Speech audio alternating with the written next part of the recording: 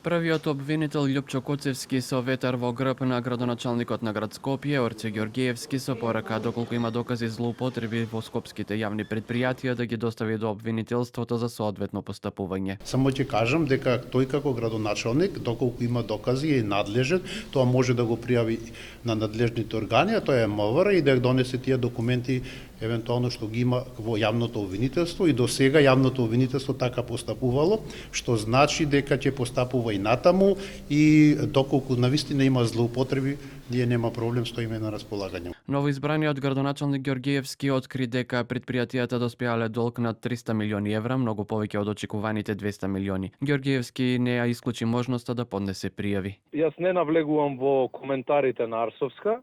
Јас се занимавам единствено со она што представува обврски мои во насока да од Скопје изградиме метропола со која што се гордееме, што се однесува на лицата кои што заштитнички некој се поставува према нив.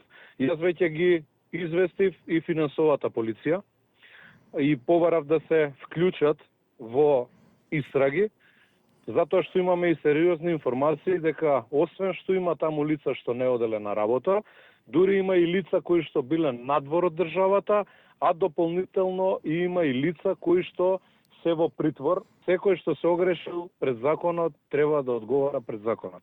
И стојам категорично позади тоа.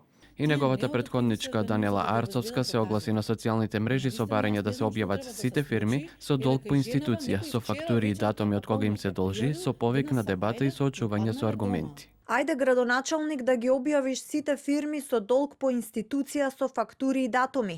Со име и презиме да ги објавиш сите 500 вработени и кој од кога не одел на работа. 3 години за Корка лепо одеа на работа, а ти ги избрка да направиш место за своите партиски војници. Ако сакаш да соочиш аргументи, ајде на дебата.